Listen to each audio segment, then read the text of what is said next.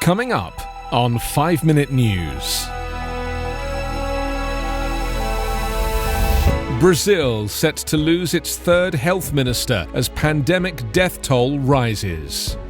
Deb Haaland becomes first ever Native American U.S. cabinet secretary.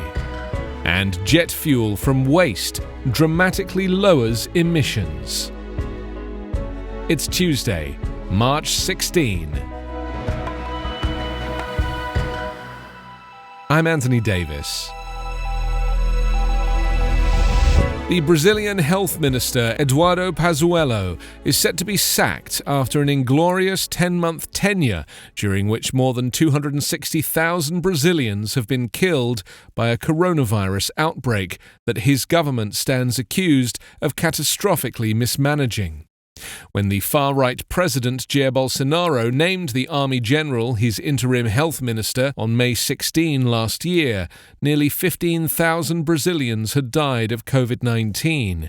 10 months later, the death toll has risen to almost 280,000, and South America's largest nation has been thrust into the most deadly chapter of its epidemic. Pazuello, whose dismal performance earned him the nickname Pesadelo, meaning nightmare, was Bolsonaro's third health minister of the crisis, after two predecessors walked out over disagreements about the president's stance toward COVID-19.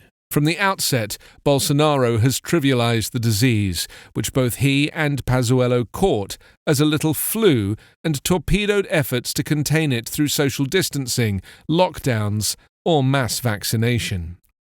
Pazuello, a 58-year-old with no public health background, had made clear that the person calling the shots in the health ministry was Bolsonaro and not him.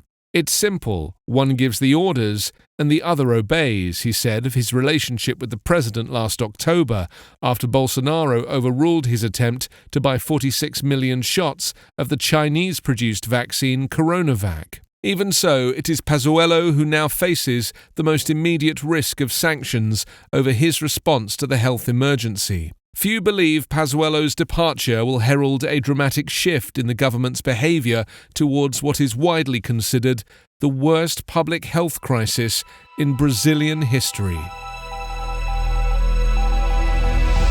U.S. Representative Deb Haaland was confirmed on Monday as Secretary of the Interior, becoming the first Native American to lead a cabinet agency and securing a central role in President Joe Biden's sweeping plans to fight climate change.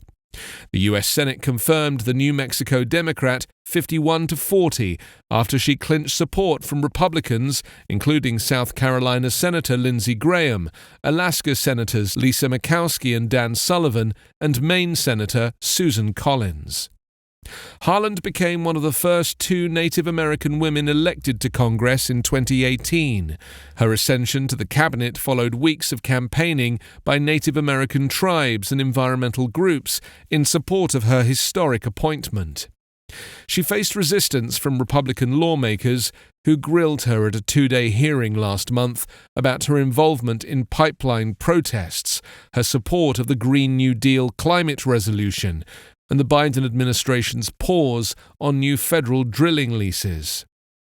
Haaland will oversee policies guiding use of 500 million acres of federal and tribal land, a fifth of the nation's surface. A member of the Laguna Pueblo tribe, Haaland will also oversee the U.S. government's relationship with some 574 federally recognized tribal nations.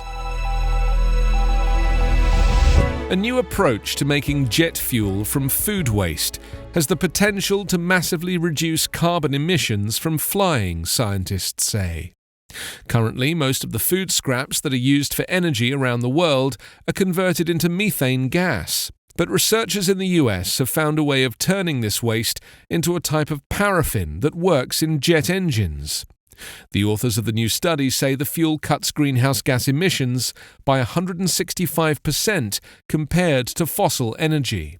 This figure comes from the reduction in carbon emitted from aeroplanes plus the emissions that are avoided when food waste is diverted from landfill. The aviation industry worldwide is facing some difficult decisions about how to combine increased demand for flying with the need to rapidly cut emissions from the sector.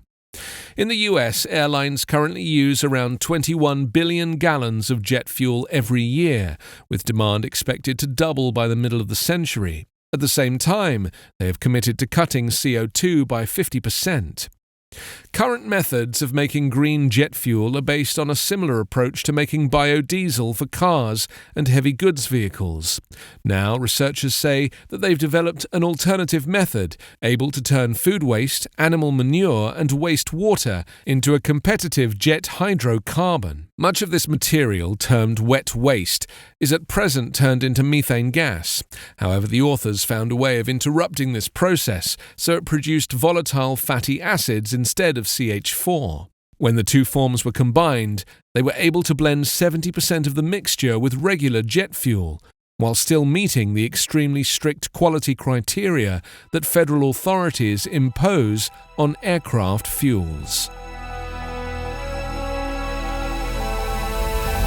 You can subscribe to 5 Minute News on YouTube with your preferred podcast app. Ask your smart speaker or enable 5 Minute News as your Amazon Alexa flash briefing skill. Subscribe, rate and review online at 5minute.news. 5 Minute News is an Evergreen Podcast covering politics, inequality, health and climate, delivering independent, unbiased and essential world news daily.